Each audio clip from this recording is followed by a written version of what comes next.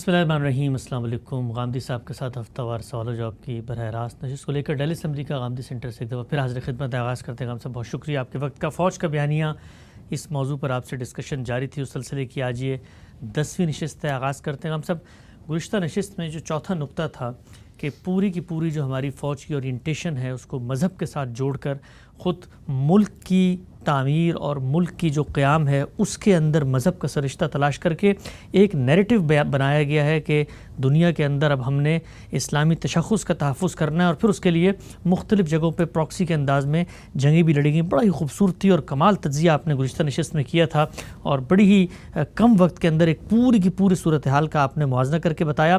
میں چاہتا ہوں چند اطلاقی پہلوؤں کو اور زیر بحث لاؤں۔ ایک پورا کا پورا استدلال ہم نے مذہبی لوگوں کی زبانی بھی سنا جس وقت آپ یہ بات کرتے ہیں کہ اخلاقیات کے ذریعے، سچائی کے ذریعے اگر آپ اللہ کے دین کی کوئی جنگ کر رہے ہیں، جہاد کر رہے ہیں، تو وہ بھی علی اعلان ہوگا اور یہ ساری چیزیں بالکل واضح ہوں گی۔ اور جو آپ نے کل بتایا تھا کہ حدیث میں بھی ہے کہ جتھوں کو سپورٹ نہیں کیا جائے گا، کہا جاتا ہے کہ خود رسول اللہ صلی اللہ علیہ وسلم نے فرمایا کہ الحرب خدا، یہ تو ایک جنگ جو ہے وہ تو ایک دھوکے کا نام ہے، آپ کو اس میں پراکسی کے انداز میں اگلے کو کیموفلیج کر کے کرنا پڑتا ہے۔ تو ہم اگر علی اعلان یہ کام کرتے تو پھر ہم تو روس کے سامنے پسپا ہو جاتے۔ تو ہم نے تو پراکسی کو ایک دینی ہدایت کے طور پر اپنایا ہے، اسی لیے ہم جنگ جیتے بھی ہیں۔ یہ روایت کے طور پر کیا ہے، اس سے قطع نظر دنیا بھر میں اس کو ایک مقولے کی حیثیت سے ہر زبان میں دکھایا جا سکتا ہے۔ عربی زبان میں بھی یہ تعبیر رہی ہوگی، ممکن ہے رسول اللہ صلی اللہ علیہ وسلم نے بھی کسی موقع پر اسے اختیار فرمایا ہو، لیکن اس کا کیا مطلب ہے؟ اس کا مطلب یہ ہے کہ جس وقت آپ میدان جنگ میں اترتے ہیں اور آپ کے سامنے آپ کا دشمن ہوتا ہے اور یہ فیصلہ ہو جاتا ہے کہ اب لڑنا ہے، تو وہاں آپ کہاں سے حملہ کریں گے، پیچھے ہٹ کر کیا تاثر دیں گے، آگے بڑھنے کے لیے کیا طریقہ اختیار کریں گے، اس میں بہت سی چیزیں ہوتی ہیں جس میں آپ دشمن کو ایک طرح سے دھوکے میں رکھتے ہیں۔ تو یہ مطلب ہے اس کا یہ مطلب نہیں ہے کہ آپ دنیا کے ساتھ جھوٹ بولتے ہیں، آپ قانون کی خلاف ورزی کرتے ہیں، آپ معاہدات توڑتے ہیں۔ دنیا جس مقام پر کھڑی ہے اور آپ اس کے ساتھ کوئی عہد کر چکے ہیں، اس سے بے پرواہی برتتے ہیں، تو یہ اس کی انتہائی غلط تعبیر ہے۔ اس کو ایک لمحے کے لیے بھی ایک عام انسان بھی گوارا نہیں کر سکتا، کجا یہ کہ وہ دین یا وہ مذہب اس کو گوارا کرے جس نے ایمان کا یہ تقاضا بیان کیا ہے کہ کونوا قوامین للہ شہداء بالقسط، ایمان والو ہر حال میں سچائی کے گواہ بن کر رہو، اور اس اصرار کے ساتھ کہا ہے کہ یہ گواہی اگرچہ تمہیں اپنے خلاف دینی پڑے، اپنے اعزاء اقربا والدین کے خلاف دینی پڑے، اور پھر مزید کہا ہے کسی دشمن کی دشمنی بھی تمہیں اس پر آمادہ نہ کرے کہ تم کوئی غلط بات کرو، کوئی تقوی کے خلاف بات کرو، انصاف کے خلاف بات کرو۔ لا یجرمنکم شنآن قوم علی اللہ تعدلوا اعدلوا هو اقرب للتقوی، ہر حال میں انصاف کی بات کی جائے گی۔ تو یہ کیسے ہو سکتا ہے؟ ہمارے پورے دین کی بنیاد عدل و قسط پر رکھی گئی ہے۔ اللہ تعالیٰ کا سب سے بڑا حکم یہی ہے، ایفائے عقود یعنی وعدوں کو پورا کرنا، عہد کی پابندی کرنا، یہ ہمارے دین کے بنیادی احکام میں سے ہے۔ تو اس میں اتنی ہی بات ہے کہ آپ جنگ میں اترے ہیں، اب مارنا ہے کسی دوسرے آدمی کو، تو جنگ میں تو آپ یہ نہیں بتاتے کہ اب ہم دائیں طرف سے حملہ کرنے والے ہیں۔ بعض اوقات دائیں کا تاثر دے کر بائیں سے حملہ کیا جاتا ہے، بائیں کا تاثر دے کر دائیں سے حملہ کیا جاتا ہے۔ بعض اوقات افواج یہ تاثر دیتی ہیں کہ وہ پیچھے ہٹ رہی ہیں لیکن پیچھے سے حملہ آور ہو جاتی ہیں۔ تو یہ وہ چیز ہے جس کو خدا سے تعبیر کیا جاتا ہے، تعبیر کیا گیا ہے، جس پر کوئی شخص اعتراض نہیں کر سکتا۔ اس کے ہرگز وہ معنی نہیں ہے، اگر وہ معنی کسی نے لیے ہیں تو اپنے ساتھ بھی زیادتی کی ہے اور اللہ کے دین کے ساتھ بھی زیادتی کی ہے۔ اور میں آپ سے عرض کرتا ہوں کہ یہی اصل میں وہ چیز ہے کہ جس نے پیش خدا کو جنگی تدبیروں تک محدود نہیں رکھا، بلکہ اس سے آگے بڑھ کر ہمارے قومی کیریکٹر کا سب سے بڑا وصف بنا دیا ہے۔ یعنی ہم دنیا میں ایک جھوٹی قوم کے طور پر، دغاباز قوم کے طور پر جانے اور پہچانے جانے لگے ہیں۔ یہی ہوا ہے۔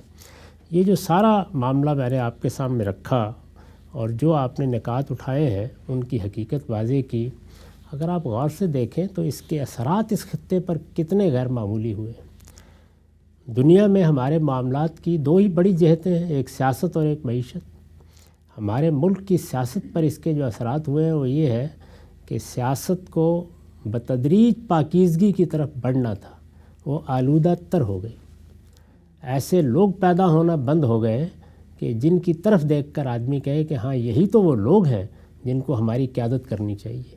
یہ قوم ایسی بانجھ نہیں تھی کہ ہمیں پاکستان سے پہلے جو قیادت مسلمانوں کی قیادت تھی ان میں سے ایک ایک شخص اپنی سیرت، اپنے کردار کے لحاظ سے ایک مثالی شخصیت رکھتا تھا، لیکن پھر جو سیاست اس بیانیے کے مصنفین کے زیر اثر پیدا ہوئی وہ وہی لوگ تھے کہ جو انہی سے الہام حاصل کرتے تھے، جو انہی کی آغوش میں پیدا ہوتے تھے، اور انہی کی بنائی ہوئی اسکیموں کے مطابق نہ صرف یہ کہ جس طرح یہ کرپشن کا شاہکار پیدا کرتے تھے وہ بھی کرپٹ تھے، جس طرح یہ جھوٹ بولتے تھے وہ بھی جھوٹ بولنے میں کمال پر پہنچے ہوئے تھے، جس طریقے سے یہ دھوکے دیتے تھے وہ بھی اسی طرح سے دھوکے دیتے تھے، جیسے یہ قانون شکن اور آئین شکن تھے وہ بھی اسی طرح کے لوگ بن کے رہ گئے۔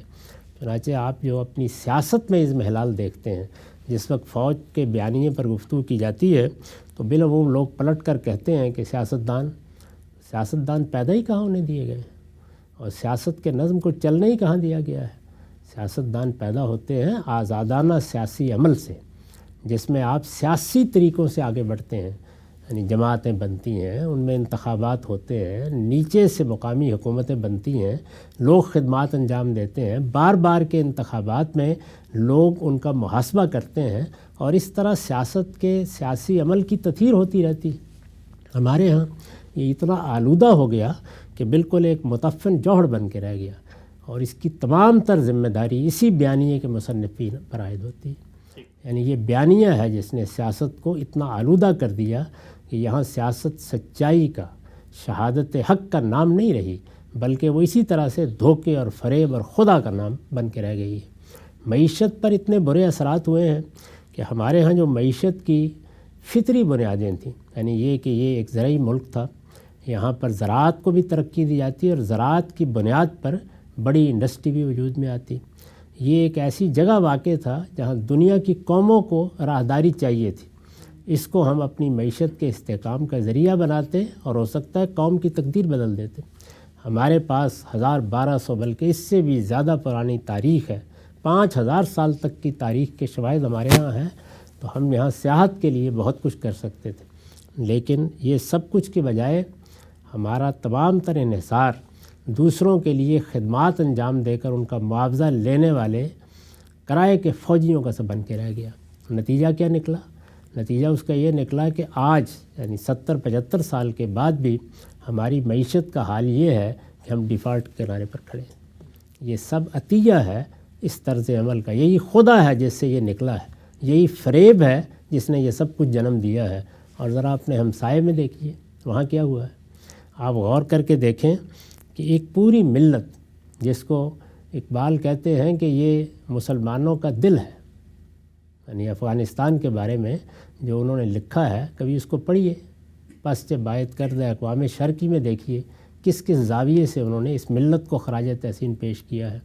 ان لوگوں سے ہم نے یہ حق چھین لیا کہ وہ اپنے حکمران منتخب نہیں کر سکتے، اور اس 21ویں صدی میں منتخب نہیں کر سکتے، اور ان کو ایک ایسی حکومت کے حوالے کر دیا جو اس صدی میں استبدادی حکومت بن کے رہ گئی، اور استبداد بھی اس کا مذہبی استبداد، اور مذہبی استبداد میں بھی نوبت یہاں تک پہنچ گئی کہ اب حکمران یہ طے کریں گے کسی نے پہننا کیا ہے اور کھانا کیا ہے، اور کسی نے تعلیم کیا پانی ہے، اور بچیوں نے کیا کرنا ہے اور بچوں نے کیا کرنا ہے، یعنی لوگوں کے شخصی معاملات میں آخری درجے کی مداخلت۔ اور وہ لوگ جو ظاہر ہے کہ استبداد کی بنیاد پر حکومت قائم کریں وہ یہی چیز اسلام کا پیغام بنا کے پیش کریں، تو وہاں بھی یہی ہوا۔ اب آپ اندازہ نہیں کر سکتے کہ وہاں اس وقت لوگوں کا کیا حال ہے، ان کو کس طرح کے معاشی مسائل درپیش ہیں، کیا صورتحال اس وقت بن کر رہ گئی ہے۔ وہاں پہ جو اچھے ذہین لوگ ہیں، دانشور ہیں، ان کو اپنا کیا مستقبل نظر آتا ہے۔ تو کسی قوم کے لیے جو چیزیں اس بنیادی اہمیت رکھتی ہیں وہ ساری کی ساری ان کے لیے بے معنی ہو گئیں۔ اور کشمیر میں ہم نے جو کچھ کیا اس کے نتیجے میں کشمیر کا مسئلہ ہی ہمیشہ کے لیے ختم ہو گیا۔ یعنی یہ نتیجہ ہے اس بیانیے کے مصنفین کی ان تدابیر کا جن پر یہ فخر کا اظہار کرتے ہیں. یہ حقیقت ہے کہ سوائے خدا کے، یہ صحیح لفظ آپ نے استعمال کیا ہے، سوائے فریب کے، ظاہر ہے کہ ایک بڑی قوت اگر یہ حلف اٹھاتی ہے کہ ہم آئین کی پابندی کریں گے اور پھر برملا آئین کی خلاف ورزی کرتی ہے، کبھی اسے توڑ دیتی ہے، کبھی معطل کرتی ہے، کبھی پس پردہ رہ کر آئین شکنی کرتی ہے، تو اس سے قوم کو کیا پیغام ملے گا اور لوگوں کو کیا پیغام ملے گا؟ کیا فی الواقع اس قوم کے لوگوں سے آپ قانون کی پابندی کی توقع کر سکتے ہیں؟ وہاں اچھی لیڈرشپ پیدا ہونے کی توقع کر سکتے ہیں؟ وہاں کسی ایسی سیاست کی توقع کر سکتے ہیں کہ جس میں میں اور آپ بھی چاہیں کہ ہم کچھ حصہ لیں؟ کسی باوقار آدمی کے لیے سیاسی جدوجہد کے کوئی مواقع باقی رہتے ہیں؟ تو ہر طرف خدا، ہر طرف فریب، ہر طرف جھوٹ، ہر طرف دغا بازی، یہاں تک کہ دنیا کی قومیں بھی یہ کہہ کے اپنی جان آپ سے چھڑانے پہ آمادہ ہو جائیں کہ یہ لوگ تو صرف جھوٹ بولتے اور دغا دیتے ہیں، اس کے سوا کچھ نہیں ہے. اور دنیا یہ نظارہ دیکھے کہ ساری دنیا مل کے جس شخص کو ڈھونڈ رہی ہو وہ عین اپنی آپ کی ناک کے نیچے سے برآمد ہو جائے. انا للہ و انا الیہ راجعون. اچھا، بہت ہی آپ نے یہ اہم بات فرمائی کہ جس کو ایک پورا تصور اور موٹو بنا کے پیش کیا جاتا ہے، اس کے نتائج، اس کے اثرات اور اس کے ثمرات کیسے اس قوم نے بھگتے ہیں اور مزید آگے بھگتنے کے لیے تیار ہے. ایک اور نقطہ میں چاہتا ہوں اسی چوتھے نقطے میں، جہاں پر پورا اسلام کی اورینٹیشن کی بات کی جاتی ہے. ہم میں سے ہر شخص جو واقف ہے، جن کی رشتہ داریاں ہیں، جو فوج کا لٹریچر پڑھتے ہیں، ان کی ٹریننگ سے لوگ آتے ہیں، ان سے سنتے ہیں. بھارت کے بارے میں ایک تو تصور یہ تھا کہ ازلی ابدی دشمن ہے، اس کا تو آپ نے تار و پوت ایک طریقے سے بکھیر کے رکھ دیا خود تاریخی پس منظر میں. لیکن کچھ دینی استدلالات بھی پیش کیے جاتے ہیں. ہم نے یہ دیکھا کہ خود انہی اکیڈمیز کے اندر علماء آتے ہیں، ایسے موٹیویشنل اسکالر آتے ہیں جو دینی لٹریچر میں سے، رسول اللہ صلی اللہ علیہ وسلم کی تعلیمات میں سے، آپ کے آثار اور صحابہ کی روایات میں سے یہ بتاتے ہیں کہ یہ جو کچھ ہم بنے ہیں، یہ تو صالح علیہ السلام کی اونٹنی کے طور پر جو ہے یہ اللہ تعالیٰ نے ایک بنا دیا، اس کو ہاتھ لگایا تو عذاب آ جائے گا، اور بنے ایک بڑے مقصد کے لیے ہیں. اور وہ مقصد یہ ہے کہ جب پھر عالمی جنگیں ہوں گی اور اس کے بعد یہود کا غلبہ ہوگا تو یہاں پر ایک غزوہ ہند ہونا ہے، اور اس کی بشارت خود رسالت مآب صلی اللہ علیہ وسلم نے دی ہے. وہ کیسے ہوگا، کون کرے گا؟ ہم ہی تو کریں گے. تو ہمارے فوجیوں کو موٹیویٹ کر کے یہ نعرہ لگوایا جاتا ہے کہ بھائی who are you, we are بت شکن. یہ غزوہ ہند کیا چیز ہے؟ یہ کوئی چیز نہیں ہے. اس طرح کی روایات واعظوں کے لیے ہوتی ہیں، وہ ان کو بیان کرتے رہتے ہیں. رسالت مآب صلی اللہ علیہ وسلم کی نسبت سے کوئی بات اگر بیان کرنی ہو تو آخری درجے میں اس کو متحقق ہونا چاہیے. یہ کوئی متحقق روایت بھی نہیں ہے. لیکن اگر تھوڑی دیر کے لیے مان لیں کہ اس طرح کی کوئی بات آپ نے فرمائی تو یہ غزوہ ہو چکا. یعنی دنیا کی تاریخ اس بات سے واقف ہے کہ یہاں مسلمان بنو امیہ کے زمانے میں آئے، انہوں نے آ کے اس علاقے کو فتح کر لیا. اسی کے نتیجے میں یہاں 1000 سال تک مسلمانوں کی حکومت قائم رہی، اور اسی کے نتیجے میں ایک بہت بڑی تعداد یہاں مسلمانوں کی ہے. یہ ملک بھی اگر کہا جا سکتا ہے تو اسی کے نتیجے میں بنا ہے. تو وہ ہو گیا غزوہ. اب کس غزوے کو ہونا ہے اور کہاں ہونا ہے، یہ بے معنی باتیں ہیں جو عام طور پر کہی جاتی ہیں. نہ اس کے پیچھے علم ہوتا ہے، نہ اس کے پیچھے تاریخ ہوتی ہے.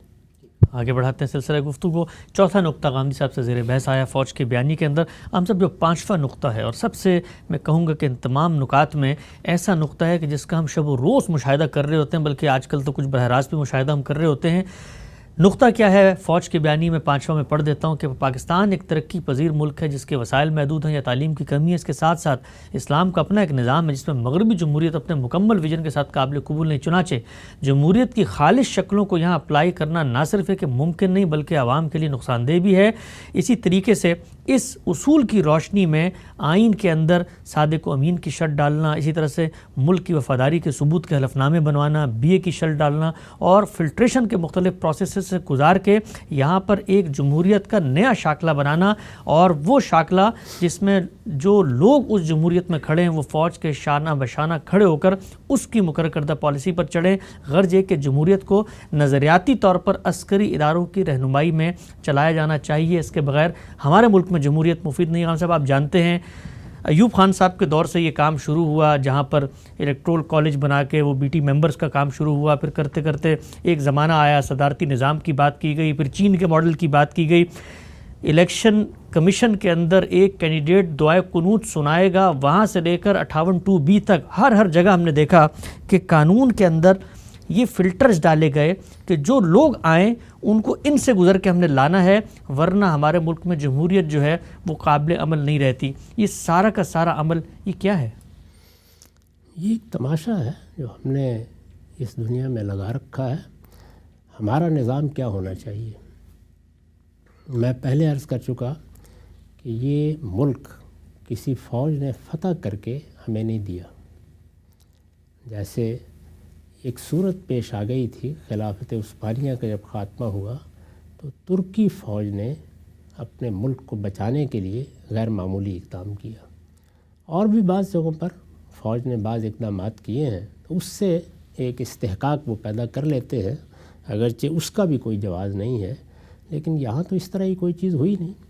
سیاسی عمل کے نتیجے میں یہ ملک بنا. بڑے سیاستدان تھے جنہوں نے میز پر بیٹھ کر یہ نقشہ بنایا اور باہمی مذاکرات سے طے کیا کہ اس طرح بر صغیر کی تقسیم ہو جائے گی، اس میں یہ ملک بن جائے گا. اب اس کے بعد اس کا نظام کیا ہونا ہے یہ کوئی نہیں کہتا کہ آپ مغربی جمہوریتی کو لائیں گے تو اسی کے نتیجے میں خیر و برکت ہوگی. آپ جو نظام بھی لانا چاہتے ہیں اس کو زیر بحث لائیے، اس پر گفتگو کیجیے، اس پر لوگ دانشور علماء اور اگر مثال کے طور پر فوج کے اندر خدمات انجام دینے والے لوگ بھی کوئی رائے رکھتے ہیں تو وہ بھی اپنی بات کہیں، وہ نظام بن جائے گا. ہم اس مرحلے سے گزر چکے ہیں. یعنی جب پاکستان میں 1956 کا آئین بنایا گیا تو انہی سب مراحل سے گزر کر بنایا گیا. یہ آپ کو معلوم ہے کہ آئین بنانے کے لیے دستور ساز اسمبلی بنائی گئی تھی. یعنی پوری قوم نے ان لوگوں کا انتخاب کیا اور اس وقت وہ حقیقی سیاستدان موجود تھے. یعنی ان کی نرسری میں پیدا ہونے والے سیاستدان نہیں تھے، حقیقی سیاستدان موجود تھے. انہوں نے مل کر ایک قرارداد مقاصد منظور کی. مجھے آپ کو اس کی کسی شک سے اختلاف ہو سکتا ہے لیکن یہ قومی اتفاق رائے تھا. اور پھر اس کے بعد باقاعدہ دستور ساز اسمبلی کے انتخابات ہوئے. یعنی کسی عام ایوان نے یہ نہیں بنایا، دستور ساز اسمبلی کے انتخابات ہوئے اور پھر اس اسمبلی نے 1956 کا آئین بنایا. تو اس وقت یہ طے ہو گیا کہ ہمارا راستہ کیا ہے. اسی آئین کو سامنے رکھ کر پھر ہم نے 73 کا آئین بنایا ہے اور اس کو بھی انہی مراحل سے گزر کر بنایا ہے. اس موقع کے اوپر بھی اگر آپ دیکھیں تو پورے ملک کی قیادت اس میں شامل ہوئی. ذوالفقار علی بھٹو صاحب کا بڑا کارنامہ اسی کو سمجھا جاتا ہے کہ انہوں نے سب کو متفق کیا، سب کو متحد کیا اور پھر اس آئین کی دستاویز پر پورے ملک کے نمائندوں نے اپنے دستخط کیے. تو یہ ہم فیصلہ کر چکے ہیں. یعنی یہ کیا داستان ہمیں سنائی جاتی ہے؟ ہم بے آئین بیٹھے ہوئے ہیں، یہاں لوگ جمہوریت کی باتیں کر رہے ہیں اور کوئی آدمی دوسرا کو نقطہ نظر پیش کر رہا ہے. ان سب مراحل سے یہ قوم گزر کر اپنا آئین بنا چکی، اس آئین پر حلف اٹھا چکی. یہ خود اس کا حلف اٹھانے کے لیے پابند ہے، پورا ملک اس کا پابند ہے. وہ ایک قومی میثاق اور ایک مقدس دستاویز ہے. اس کے بعد یہ کیا تقریر ہے جو کی جا رہی ہے؟ یعنی یہ تقریر تو آخری درجے کی غداری ہے، بغاوت ہے، ہائی ٹریزن ہے. یہ کیسے کی جا سکتی ہے؟ آئین موجود ہے. اگر یہ قوم یا اس قوم کی قیادت کبھی یہ محسوس کرے گی کہ اسے اس آئین میں دیے گئے خطوط سے ہٹ کر کوئی قاعدہ بنانا ہے تو دو ہی صورتیں ہوں گی. اگر جزوی معاملہ ہے تو ترمیم ہو جائے گی اور اس ترمیم کا طریقہ خود آئین میں بیان کر دیا گیا ہے. اگر کوئی غیر معمولی معاملہ ہے، ہم کہتے ہیں کہ نہیں ہم پورے نظام ہی کو تبدیل کر دینا چاہتے ہیں، ہم پارلیمانی کی جگہ صدارتی نظام لانا چاہتے ہیں، ہم کوئی چین کی طرح کی آمریت قائم کرنا چاہتے ہیں، تو فرض کر لیجئے کہ کسی قوم کی قیادت میں اس طرح کا اتفاق رائے پیدا ہو جاتا ہے تو دوبارہ دستور ساز اسمبلی کے انتخابات ہو جائیں گے اور اسی طریقے سے دوبارہ یہ ساری قوم یہ فیصلہ کر لے گی. سوال یہ ہے کہ قوم کے اندر ایک محکمہ ہے جس کو کچھ ذمہ داریاں دی گئی ہیں، اس کو ہم نے بندوق ہاتھ میں پکڑا دی ہے تو وہ ہمارے سینے پر رکھ کر یہ کہتا ہے کہ جو نظام میں بتاؤں گا اس کے مطابق تم اس ملک کو چلاؤ گے. یہ کیا چیز ہے؟ میرے پاس الفاظ نہیں ہیں اس کی مذمت کے لیے. میں پھر بار بار توجہ دلاتا ہوں کہ ہم قومی اتفاق رائے سے وہ میثاق کر چکے ہیں، اس کو طے کر چکے ہیں. جب قومی سطح پر ہمیں کسی تبدیلی کی ضرورت ہوگی ہم کر لیں گے. اس وقت یہ طے ہے کہ یہاں ایک پارلیمانی نظام کے مطابق انتخابات ہوں گے. ان انتخابات کی روح سے قوم جس پر اعتماد کرے گی وہی لوگ یہاں حکومت سنبھالیں گے. اس آئین پر مجھے بھی بہت سے اعتراضات ہیں. اس میں جو صدارت کا منصب ہے جس طریقے سے اس کو وجود پذیر کیا گیا میں اس کو بالکل خلاف فطرت سمجھتا ہوں. میں بھی اس پہ اعتراضات رکھتا ہوں. لیکن کیا میرا یہ حق ہے کہ میرے پاس بندوق ہو تو میں اس کو زبردستی نافذ کرنے کی صحیح کروں یا ایسی سازشیں کروں جس کے نتیجے میں یہ آئین نہ چل سکے، اس کے مطابق حکومتیں نہ بن سکیں۔ میرا کام یہ ہے کہ میں اپنی بات دلائل کے ساتھ کہوں، لوگوں کو اس کا قائل کروں، یہاں تک کہ قوم میں ایک اتفاق رائے کی صورت پیدا ہو جائے۔ اس کے بعد جو طریقہ میں نے آپ کو بتایا ہے، جو دنیا بھر میں مانا جاتا ہے، جب یہ قوم اس ملک کو بنانے والی ہے، جب سیاسی قیادت نے اس کو وجود بخشا ہے، تو اسی طریقے سے ہم لوگوں کا انتخاب کریں گے، اور انتخاب کر کے چاہیں گے تو اصولی تبدیلیاں کر لیں گے، اور چاہیں گے تو ترامیم کے ذریعے سے کسی چیز کو بہتر کر لیں گے۔ اس طرح کی کسی تقریر کی نہ یہاں کوئی گنجائش ہے، نہ کسی کو کرنے کا حق ہونا چاہیے، نہ اس کو کسی سلیم الطبع انسان کو سننا چاہیے۔ یہ بالکل ردی کی ٹوکری میں پھینک دینے کی چیزیں، ان کی کوئی حیثیت نہیں۔ سر بہت ہی اہم بات آپ نے فرمائی کہ جو بھی نظام ہے اس میں اگر کوئی اصلاح کرنا چاہتا ہے، یہ کوئی خدا کا بنایا ہوا نہیں ہے، انسانوں کے بنائے ہوئے نظام ہے۔ 10 اصلاحات بھی ہو سکتی ہیں، لیکن یہ اصلاحات قوم کرے گی، قوم کی اجتماعی بصیرت کرے گی، قوم کے منتخب نمائندے کریں گے۔ چور دروازوں سے آنے والے اپنے کسی ویژن کے تحت ملک کے نظام کو نہیں تبدیل کر سکتے۔ 5واں نقطہ زیر بحث ہے۔ 6ٹھا نقطہ قائم صاحب سے پوچھیں گے کہ کہا جاتا ہے کہ یہ سیاستدان کریں گے، ان کے حوالے ہم کر دیں، یہ تو کرپٹ ہیں، ان کو تو پڑھنا بھی نہیں آتا، لکھنا بھی نہیں آتا، یہ تو عوام کی خدمت کے لیے نہیں بلکہ اپنے مال و دولت کو بنانے کے لیے آتے ہیں۔ لہٰذا سیاستدان بھی ہم نے دیکھا کہ فوج کے بیانیے کے 6ٹھے نقطے کے تحت پیدا کیے گئے باقاعدہ، اور ان کے حوالے ملک کا اقتدار کیا گیا۔ یہ پوری کی پوری جو نرسری سیاستدانوں کی لگائی گئی فوج کے بیانیے پہ گفتگو جاری ہے۔ سلسلہ گفتگو کو آگے بڑھائیں گے، وقت یہاں پہ ختم ہوتا ہے، دوبارہ حاضر خدمت ہوں گے۔ ہم سب اب تک آپ کا بہت شکریہ۔